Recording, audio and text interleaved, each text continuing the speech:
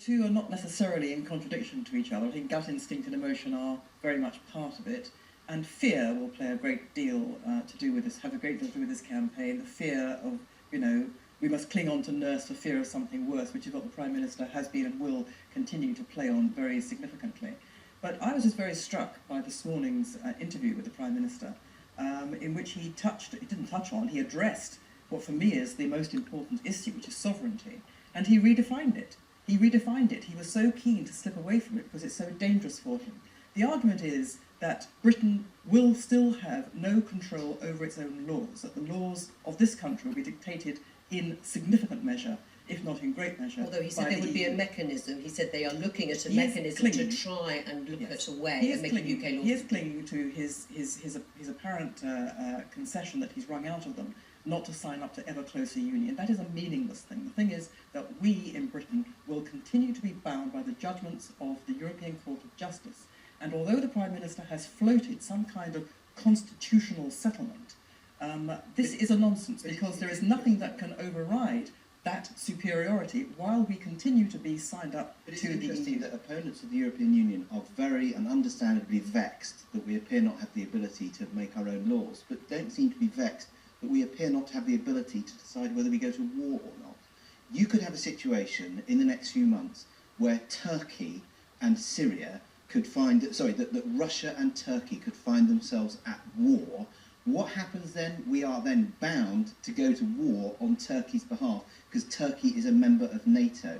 And opponents of the European Union don't seem to be too vexed about that, but they are vexed about lawmaking. And that will be an argument that I think the Prime Minister... Do you think security will be the overriding thing that will convince people? Well, it's really simple who's going to win this campaign. The winners of this campaign will be the safest option, and the losers will be the riskiest option. And that's why the Prime Minister, every other word, is talking about risk, is talking about uncertainty, is saying, what can you, the outers, what is your vision for what Britain will be like outside the European Union?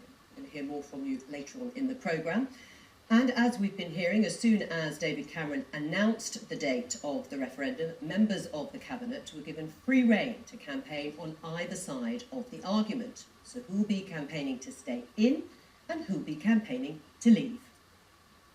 So the deal's been done. It's time for ministers to pick a side. No surprises that David Cameron, George Osborne and Philip Hammond will all campaign to stay in. And they'll be pleased that potential outers, Theresa May, Liz Truss and Sajid Javid, have also all opted for the Remain team. So what about their opposition?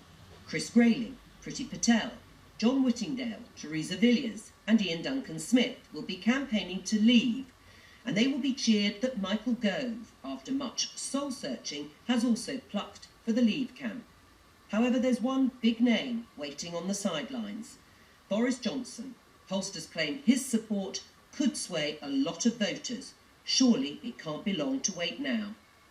And the leader of the House of Commons, Chris Grayling, is with us now. Welcome. Hello there. Why don't you think the deal that the Prime Minister secured was enough?